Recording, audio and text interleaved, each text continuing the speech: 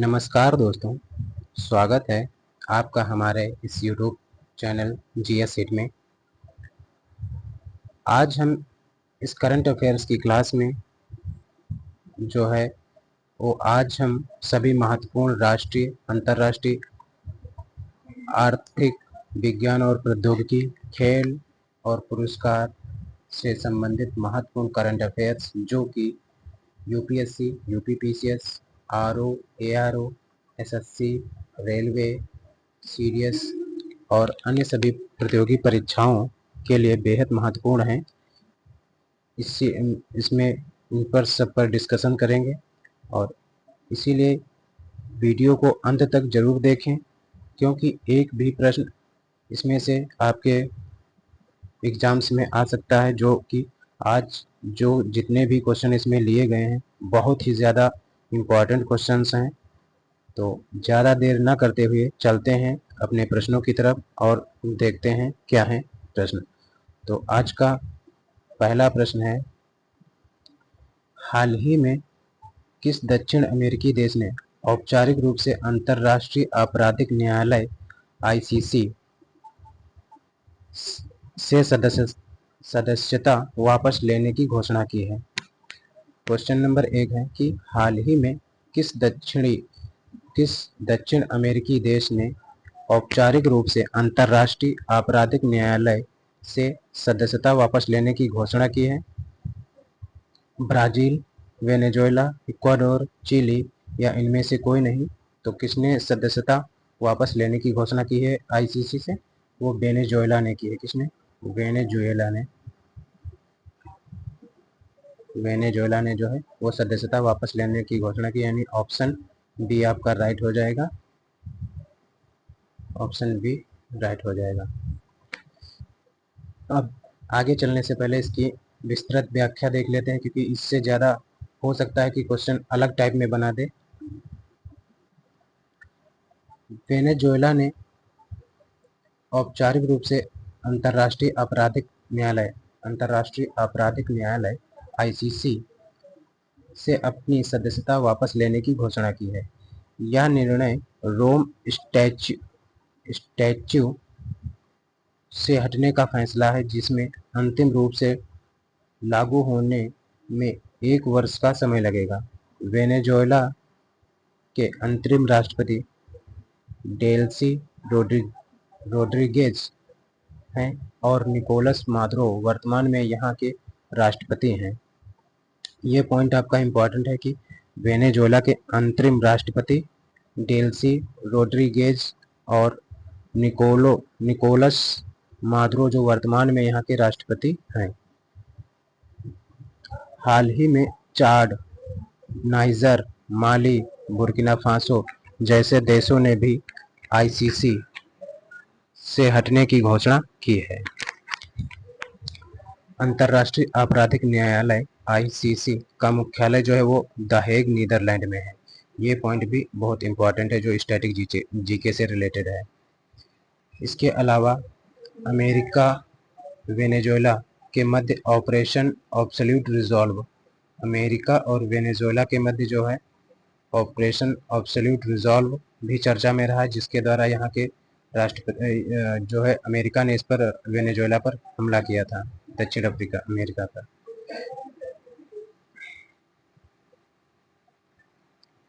अन्य महत्वपूर्ण तथ्यों को देखते हैं कि वेनेजुएला दुनिया का पहला देश है जहाँ के सारे ग्लेशियर पूर्णतः समाप्त हो चुके हैं। बहुत इंपॉर्टेंट क्वेश्चन है। और यहाँ पर प्रसिद्ध लानोज घास के मैदान पाए जाते हैं। लानोज घास के मैदान वेनेजुएला में पाए जाते हैं। मराकाइबो झील दक्षिण अमेरिका की सबसे बड़ी झील है, जो वेनेजुएला में ही स्थित है।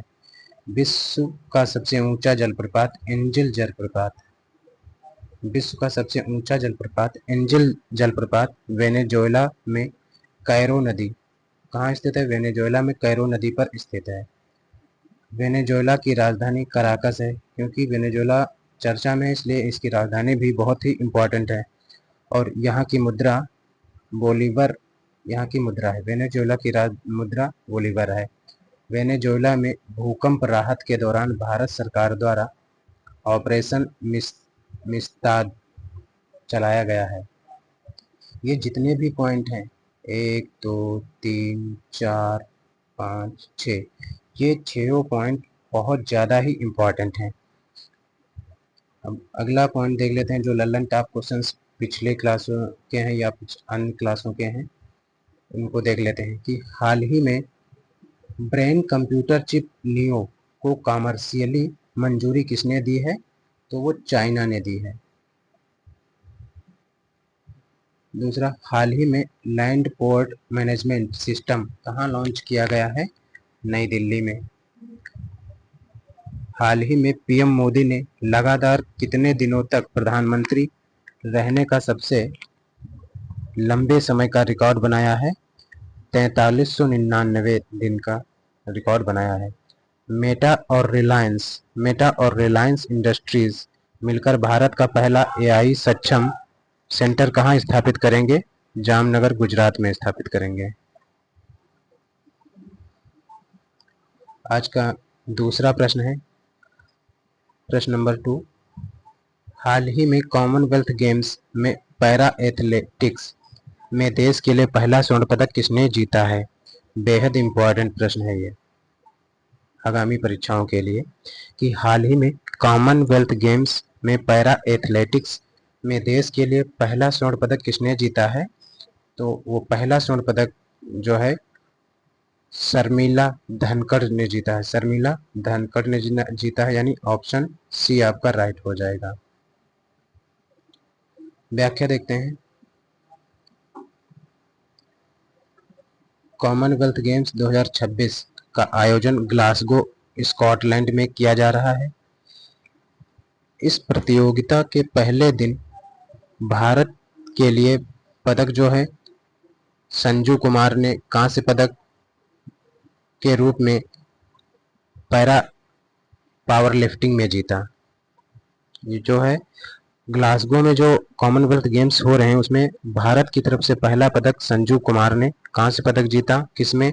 पैरा पावर लिफ्टिंग में जीता है। भारत के लिए इस खेल का पहला स्वर्ण पदक जो है, यानी ग्लासगो में आयोजित स्वर्ण पदक जो है, वो पहला स्वर्ण पदक मीराबाई चानू ने जीता है भारोत्तोलन में। भारत के लिए प्रतियोगिता का दूसरा और पैरा एथलेटिक्स में पहला स्वर्ण पदक जो है शर्मिला धनखड़ ने शॉट पुट प्रतिस्पर्धा में 9.81 मीटर थ्रो करके जीता है पैरा एथलेटिक्स में।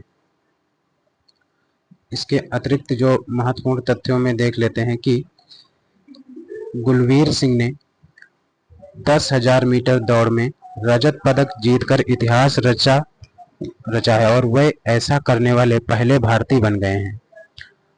हरजिंदर कौर ने भारोत्तोलन के लिए 69 किलोग्राम वर्ग में रजत पदक जीता है। ज्ञानेश्वरी यादव ने भारोत्तोलन के 53 किलोग्राम वर्ग में रजत पदक हासिल किया है।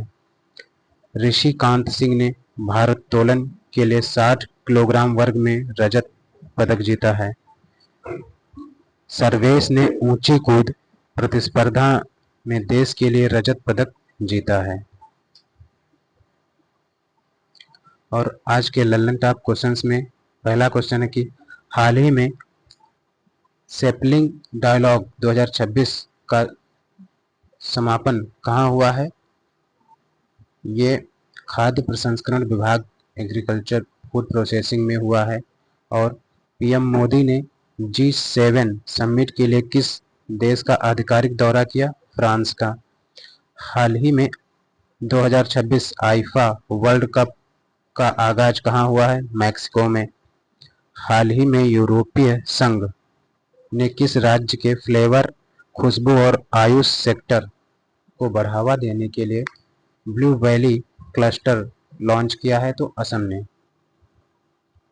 आज का तीसरा प्रश्न है, प्रश्न नंबर 3। ट्रैक्सन की रिपोर्ट के अनुसार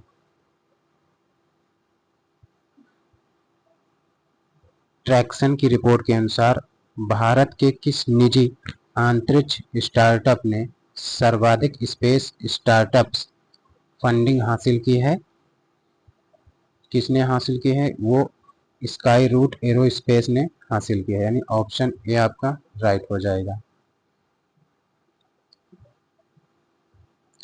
डिटेल व्याख्या देखते हैं इसकी।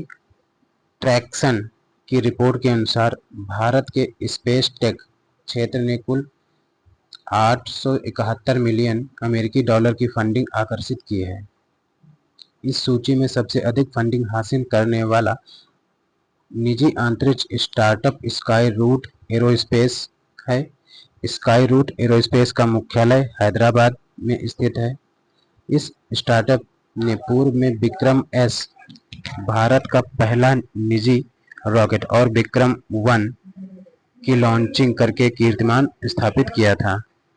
फंडिंग सूची में दूसरे स्थान पर पिक्सेल और तीसरे स्थान पर अग्निकुल कॉस्मोस रहा है।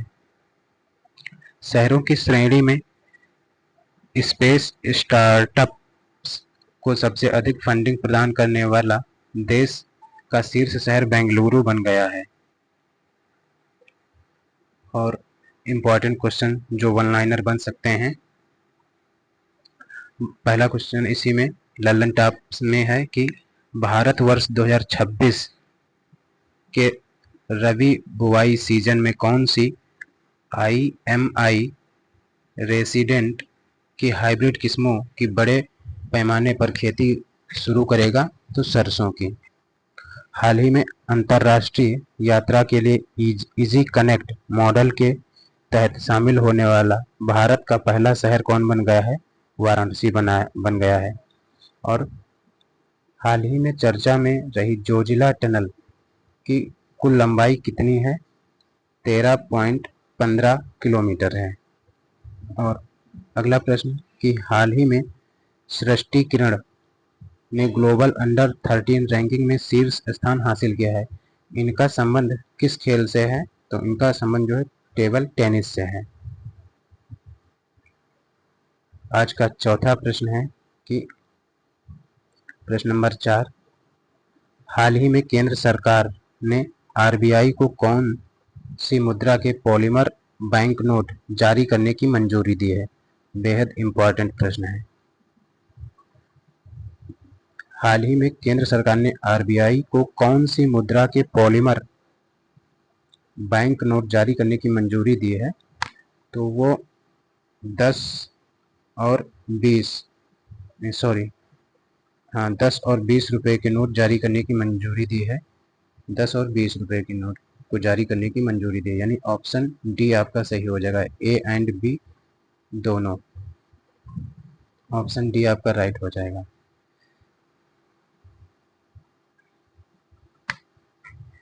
केंद्र सरकार ने भारतीय रिजर्व बैंक को 10 और 20 के मूल्य वर्ग वाले नए पॉलीमर बैंक नोट जारी करने की मंजूरी दे दी है। यह मंजूरी RBI अधिनियम 1934 की धारा 25 के अंतर्गत दी गई है। ये पॉलीमर नोट वर्तमान में चल रहे कागजी नोटों के समांतर ही बाजार में जारी किए जाएंगे और इनकी संख्या प्रत्येक मूल्य वर्ग के लिए 1 अरब होगी। पॉलीमर बैंक नोट प्लास्टिक से बने होते हैं जो बेहद टिकाऊ और वाटर प्रूफ होते हैं। इनमें कोई रेशे यानी बिना पेड़ के रेशे नहीं होते हैं। ये काफी लंबे समय तक चलते हैं। विश्व का पहला देश जिसने सर्वप्रथम 1988 में पॉलीमर नोटों को पूरी तरह से लागू किया था वह है ऑस्ट्रेलिया। इसके अतिरिक्त जो महत्वपूर्ण तथ्य बन सकते हैं इसी से संबंधित, भारत में बैंक नोट प्रिंटिंग प्रेस का इतिहास अत्यंत समृद्ध है। देश की पहली bank note printing press India security press Nashik Maharashtra में वर्ष 1928 में स्थापित की गई थी। ये बहुत ज़्यादा इम्पोर्टेंट पॉइंट है कि देश की पहली bank note printing press India security press, जिसका नाम था, नासिक महाराष्ट्र में वर्ष 1928 में स्थापित की गई थी। इसके बाद दूसरी और अन्य प्रेस जो हैं क्रमशः दूसरी देवास मध्य प्रदेश में और अगली मैसूर कर्नाटक में और साल्बोनी पश्चिम बंगाल में स्थापित की गई थी प्रिंटिंग प्रेस नोट वाली। लल्लन टॉप क्वेश्चंस में पहला क्वेश्चन है कि हाल ही में ग्लोबल पीस इंडेक्स 2026 में भारत को कौन सा स्थान मिला है? भारत को 116वां स्थान मिला है। हाल ही में आईसीसी महिला टी20 विश्व कप 2026 का आगाज कहां हुआ है? इंग्लैंड और वेल्स में। तीसरा प्रश्न कि हाल ही में भारतीय स्पेस स्टार्टअप बेलेट्रिक्स एरोस्पेस ने किस देश की स्पेस एआई कंपनी टेल्पिक्स के साथ सैटेलाइट लॉन्च करने के लिए समझौता किया है? तो दक्षिण कोरिया के साथ। और हाल ही में एशियाई खेलों के पूर्व स्वर्ण पदक विजेता जयपाल राणा का निधन हुआ। इनका संबंध किस खेल से है? निशानेबाजी यानी शूटिंग से है। आज का प्रश्न नंबर 5वां प्रश्न है कि हाल ही में किस पड़ोसी देश में भारत की पहली कॉमर्शियल मालगाड़ी पहुंची है? हाल ही में किस पड़ोसी देश में भारत की पहली कॉमर्शियल मालगाड़ी पहुंची है? भूटान, म्यांमार, बांग्लादेश, नेपाल या फिर इनमें से कोई नहीं। तो कहाँ पहुंची है कॉमर्शियल? वो पहुंची है आपकी नेपाल में, यानी ऑप्शन डी आपका राइट हो जाएगा, नेपाल।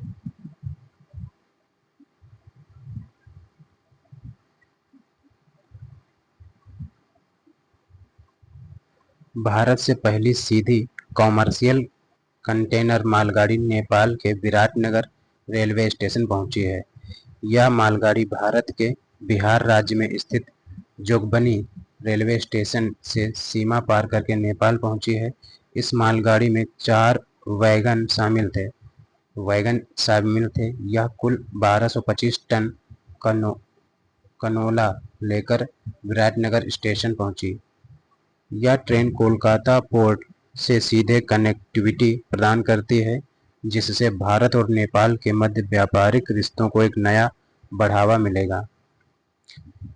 यह रेल आधारित सीमा पार माल ढुलाई दोनों देशों के आर्थिक संबंधों को सुदृढ़ करेगी। और आज के लल्लन टॉप क्वेश्चंस में जो 4 क्वेश्चंस रखते हैं हम, उसमें पहला क्वेश्चन कह रहा कि हाल ही में अंतर्राष्ट्रीय श्रम संगठन ने किसके लिए जरूरी लेबर स्टैंडर्ड तय करने वाली पहली ग्लोबल संधि अपनाई है? तो गिग वर्कर्स के लिए अपनाई है।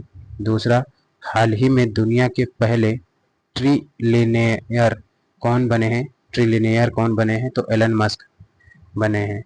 और हाल ही में रूस ग्रैंड सैंड मास्टर कप 2026 जीतने वाले पहले भारतीय कौन बने हैं? सुदर्शन जी बने हैं। और हाल ही में एआई नेटिव ट्रांसफॉर्मेशन कंपनी अवतार ने कौन सा डिस्टिलड वीडियो मॉडल लॉन्च किया है? तो वर्षा। आज का छठा प्रश्न है, प्रश्न नंबर 6। हाल ही में 29 जुलाई को अंतर्राष्ट्रीय बाघ दिवस 2026 मनाया गया। इस दिवस की घोषणा किस बाघ समिट में की गई थी? यानी प्रश्न नंबर 6 है कि हाल ही में 29 जुलाई को अंतर्राष्ट्रीय बाघ दिवस 2026 मनाया गया और इस दिवस की घोषणा किस बाघ समिट में की गई थी? तो सेंट पीटर्सबर्ग बाघ में इसकी घोषणा की गई थी। प्रतिवर्ष 29 जुलाई को अंतर्राष्ट्रीय बाघ दिवस मनाया जाता है। इस दिवस को मनाए जाने की आधिकारिक घोषणा वर्ष 2010 में रूस में आयोजित सेंट पीटर्सबर्ग बाघ समिट में की गई थी। इस समिट में हिस्सा लेने वाले देशों ने संकल्प लिया था कि वह वर्ष 2022 तक अपने देशों में बाघों की संख्या को दोगुना करेंगे, यानी TX2 दोगुना करेंगे। पूरी दुनिया के कुल बाघों का लगभग 70% हिस्सा अकेले भारत में निवास करता है। भारत में बाघों के संरक्षण के लिए वर्ष 1973 में प्रोजेक्ट टाइगर शुरू किया गया था और बाघों की सुरक्षा और गणना के पर्यवेक्षण के लिए वर्ष 2005 में राष्ट्रीय बाघ संरक्षण प्राधिकरण की स्थापना भी भारत में की गई थी। और अन्य महत्वपूर्ण तथ्य इससे संबंधित क्या बन सकते हैं कि भारत में बाघों की सर्वाधिक संख्या वाला राज्य मध्य प्रदेश है जो प्रथम स्थान पर है और मध्य प्रदेश का माधवगढ़ टाइगर रिजर्व देश का 58वां टाइगर रिजर्व है। मध्य प्रदेश का रातापानी वाकणकर टाइगर रिजर्व देश का 57वां टाइगर रिजर्व घोषित किया गया था और वर्ष 2023 में प्रोजेक्ट टाइगर के 50 वर्ष पूरे होने पर इंटरनेशनल बिग कैट अलायंस की शुरुआत भी की गई थी। 2023 में international big cat alliance IBCA में कुल 27 देश शामिल हैं, इसमें बांग्लादेश भी शामिल है और इंटरनेशनल बिग कैट अलायंस का मुख्यालय नई दिल्ली में है और इसके प्रमुख डॉक्टर भूपेंद्र यादव वर्तमान में इसके प्रमुख हैं। इसके अलावा प्रतिवर्ष 12 अगस्त को विश्व हाथी दिवस भी मनाया जाता है। 12 अगस्त को विश्व हाथी दिवस मनाया जाता है। लल्लन टॉप क्वेश्चंस में कि हाल ही में इंसानी ब्रेन स्टेम का दुनिया का सबसे डिटेल्ड 3D एटलस एंकर किसने लॉन्च किया है? तो IIT मद्रास ने। हाल ही में श्रम आंकड़ों पर उच्च स्तरीय तकनीकी विशेषज्ञ समिति का अध्यक्ष किसे नियुक्त किया गया है? अतनु शर्मा को नियुक्त किया गया है। और हाल ही में नया सेना प्रमुख किसे नियुक्त किया गया है? धीरज सेठ को नियुक्त किया गया है। हाल ही में प्रसिद्ध राजा फेस्टिवल का आयोजन कहाँ किया गया है? उड़ीसा में। आज का प्रश्न नंबर 7 है। प्रश्न नंबर 7, वित्त वर्ष 2025-26 में मुफ्त व्यापार समझौते FTA के तहत भारत ने किसे सर्वाधिक सामान निर्यात किया है? वित्त वर्ष 2025-26 में मुफ्त व्यापार समझौते के तहत भारत ने किसे सर्वाधिक सामान का निर्यात किया है? तो आसियान देश को सबसे ज़्यादा सामान को निर्यात किया है, यानी ऑप्शन ए आपका सही हो जाएगा। वित्त वर्ष 2025-26 यानी फाइनेंशियल ईयर 2026 में मुक्त व्यापार समझौते के तहत भारत ने सबसे अधिक सामान का निर्यात आसियान देशों को किया है। भारत का कुल निर्यात वित्त वर्ष 2024-25 के 778 बिलियन डॉलर से बढ़कर वित्त वर्ष 2025-26 में रिकॉर्ड 863.1 बिलियन डॉलर पहुंच गया है। आसियान की स्थापना, ये स्ट्रेटेजी के पॉइंट है। आसियान की स्थापना वर्ष 1967 में की गई थी और इसका मुख्यालय जकार्ता इंडोनेशिया में इसका मुख्यालय है और वर्तमान में आसियान में कुल 11 सदस्य देश शामिल हैं। आसियान में कुल 11 सदस्य देश शामिल हैं। 11 सदस्य देश शामिल हैं और भारत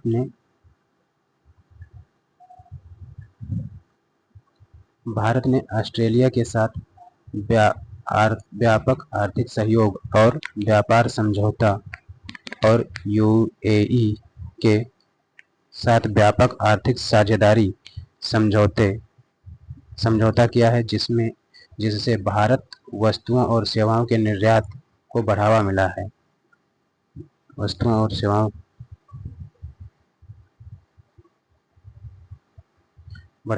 इसके अलावा भारत ने मॉरिशस और ओमान के साथ भी CEPA समझौते किए हैं। लल्लन टॉप क्वेश्चंस क्या हैं कि पहला क्वेश्चन है, हाल ही में केन विलियमसन ने अंतर्राष्ट्रीय क्रिकेट से संन्यास लेने की घोषणा की है। इनका संबंध किस देश से है? तो केन विलियमसन का संबंध न्यूजीलैंड से है। वर्ल्ड बैंक ने कंटेनर पोर्ट परफॉर्मेंस इंडेक्स 2025 में भारत का शीर्ष कंटेनर बंदरगाह कौन बन गया है? तो JNPT यानी जवाहरलाल नेहरू पोर्ट ट्रस्ट शीर्ष बंदरगाह बन गया है। तीसरा प्रश्न कि हाल ही में नीला चक्र लोगो दो विशेष शब्दों के लिए ट्रेडमार्क हासिल करने वाला देश का पहला मंदिर कौन बना है? तो श्री जगन्नाथपुरी मंदिर उड़ीसा का जो है वो बना है। हाल ही में नोवार्टिस द्वारा भारत में लॉन्च की गई देश की पहली रेडियो लिगैंड थेरेपी प्लोविको का संबंध किस बीमारी के इलाज से है? तो प्रोस्टेट कैंसर से है। आज का प्रश्न नंबर 8 है। क्वेश्चन नंबर 8, हाल ही में भारत किस मान्यता प्राप्त ऊंट की नस्ल पर विलुप्त होने के गंभीर खतरे की जानकारी सामने आई है? हाल ही में भारत की किस मान्यता प्राप्त ऊंट की नस्ल पर विलुप्त होने की गंभीर खतरे की जानकारी सामने आई है? तो मलावी ऊंट। किसकी? मलावी ऊंट के विलुप्त होने की खतरे की जो है वो जानकारी आई है। मलावी ऊंट जो है उसके विलुप्त होने की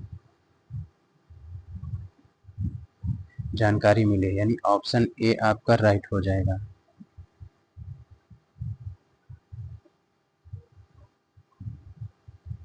भारत में वर्तमान में कुल 9 मान्यता प्राप्त ऊंटों की नस्लें हैं, और जिसमें हाल ही में आई रिपोर्ट के अनुसार भारत की दुर्लभ मलावी नस्ल के ऊंटों की संख्या में भारी गिरावट आई है और यह घटकर केवल 102 रह गई है, जिससे इस नस्ल पर विलुप्त होने का गंभीर संकट खड़ा हो गया है।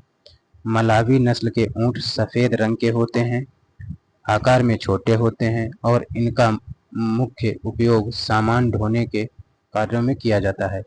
ऊंटों को रेगिस्तान का जहाज भी कहा जाता है। इसके विपरीत गुजरात के कच्छ में पाई जाने वाली खराई ऊंट की नस्ल काफी वृद्धि हुई है। ये जमीन और पानी दोनों जगह चल सकते हैं और तैरने में सक्षम होते हैं, इसीलिए इन्हें उभयचरी ऊंट भी कहा जाता है। किसे? जो खराई ऊंट पाए जाते हैं। लल्लन टॉप प्रश्न में पहला प्रश्न है कि हाल ही में किस राज्य ने भगैया सिल्क और कुचाई सिल्क, मुंडा आभूषण और बांस सिल्क को जीआई टैग मिला है? किस राज्य के हैं? झारखंड राज्य के हैं। हाल ही में पानी में आर्सेनिक की तेजी से जांच करने के लिए अरेसिन सेफ नामक डिवाइस किसने विकसित की है? आईआईटी भुवनेश्वर ने विकसित की है। हाल ही में 500 मिलियन यूट्यूबर सब्सक्राइबर का आंकड़ा पार करने वाले दुनिया के पहले यूट्यूबर कौन बने हैं? तो मिस्टर बीस्ट बने हैं। हाल ही में भारत ने अटल टिंकरिंग लैब फ्रेमवर्क पर आधारित पहली स्कूल इनोवेशन लैब कहाँ लॉन्च की है? झारखंड की राजधानी रांची में लॉन्च की है। आज का दूसरा सेकंड लास्ट क्वेश्चन है कि क्वेश्चन नंबर 9, हाल ही में संत शिरोमणि गुरु रविदास महाराज की 650वीं जयंती के उपलक्ष्य में समरसता संकल्प अभियान कहाँ शुरू हुआ है?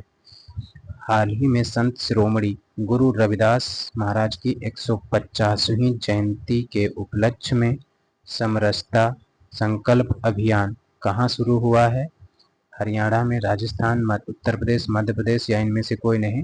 तो कहाँ शुरू हुआ है? मध्य प्रदेश में, यानी ऑप्शन डी आपका राइट हो जाएगा।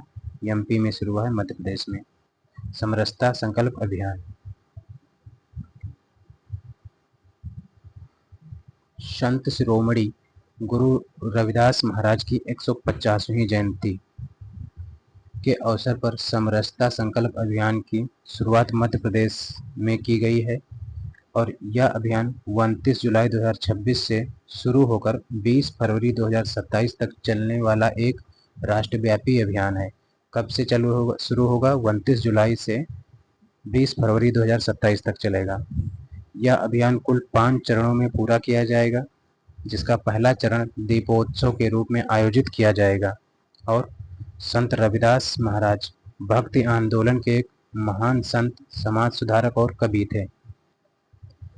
उनकी जन्मस्थली वाराणसी उत्तर प्रदेश में है। रविदास जी की जन्मस्थली कहाँ है? वाराणसी उत्तर प्रदेश में है। सिख धर्म के पवित्र धार्मिक ग्रंथ गुरु ग्रंथ साहिब में भी गुरु रविदास महाराज के कई पद व भजन शामिल किए गए हैं। लल्लन टॉप प्रश्न जो है उसमें पहला प्रश्न है कि हाल ही में Bharat multi layered ballistic missile defence BMD क्षमता हासिल करने वाला दुनिया का कौन सा देश बना है? दुनिया का 5वां देश भारत बना है। हाल ही में प्रधानमंत्री नरेंद्र मोदी को किस देश ने अपने सर्वोच्च नागरिक सम्मान the order of the white doubles cross fosters class से सम्मानित किया है? तो स्लोवाकिया ने सम्मानित किया है। हाल ही में इंटरनेशनल इंस्टीट्यूशनल रैंकिंग फ्रेमवर्क 2026 में सरकारी विश्वविद्यालयों की श्रेणी में शीर्ष स्थान किसे मिला है? JNU को मिला है, यानी जवाहरलाल नेहरू यूनिवर्सिटी को मिला है। और हाल ही में चर्चा में रहे WT मारुत पोर्टल को किस मंत्रालय ने लॉन्च किया है? नवीन और नवीकरणीय ऊर्जा मंत्रालय ने इसे लॉन्च किया है। और आज का अंतिम प्रश्न है प्रश्न नंबर 10। प्रश्न नंबर 10, हाल ही में महिलाओं को हर महीने 2500 रुपये की मदद देने के लिए लक्ष्मी योजना को किसने मंजूरी दी है? दिल्ली ने, जम्मू कश्मीर ने, चंडीगढ़ ने, लक्षद्वीप ने। तो किसने लक्ष्मी योजना किसने शुरू की है? दिल्ली सरकार ने शुरू की है।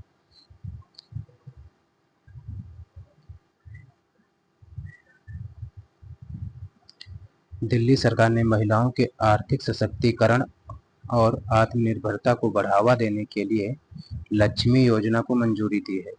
इस योजना के अंतर्गत दिल्ली की पात्र महिलाओं को प्रति माह 2500 रुपये की वित्तीय सहायता सीधे उनके बैंक खातों में दी जाएगी और इस योजना का कुल बजट जो है वो 5110 करोड़ रुपए निर्धारित किया गया है, जो महिला कल्याण और सशक्तिकरण के कार्यों में खर्च होगा। योजना के तहत 21 वर्ष से 60 वर्ष की आयु सीमा की महिलाएं इसकी पात्र होंगी, बशर्ते उनके परिवार की कुल वार्षिक आय जो है वो 2.5 लाख रुपए तक या उससे कम होनी चाहिए। आज का लास्ट लल्लन टॉप क्वेश्चंस जो हैं उनमें पहला है कि हाल ही में किस राज्य के 52 बूटी साड़ी, पत्थर कट्टी, स्टोन क्राफ्ट और पीढ़िया पेंटिंग को GI टैग मिला है? ये बिहार की हैं। टाइम 100 स्पोर्ट्स 2026 की सबसे प्रभावशाली लोगों की सूची में शामिल होने वाली एकमात्र भारतीय खिलाड़ी कौन बनी है? स्मृति मंधाना बनी है। हाल ही में ब्रिक्स वायर्स दुनिया के सबसे खूबसूरत एयरपोर्ट्स 2026 की सूची में शामिल होने वाला एक भारतीय एयरपोर्ट कौन सा बन गया है? नवी गुवाहाटी एयरपोर्ट बना है, जो कि लोकप्रिय गोपीनाथ बारदोलोई हवाई अड्डा भी जिसे कहते हैं। और अंतिम प्रश्न है कि फ्रांस की डसॉल्ट सिस्टम्स भारत का पहला nuclear engineering design centre codeine कहाँ प्रारंभ करेगी? तो हैदराबाद में प्रारंभ करेगी। ये आज के हमारे 10 प्रश्न थे जिनसे संबंधित उनकी व्याख्या दी गई थी और जो इम्पोर्टेंट क्वेश्चंस उनसे बन सकते थे उनके बारे में हमने डिस्कशन किया। तो आज के लिए बस इतना ही, बाकी हम मिलेंगे अगली क्लास में अगले प्रश्नों के साथ। तब के लिए धन्यवाद।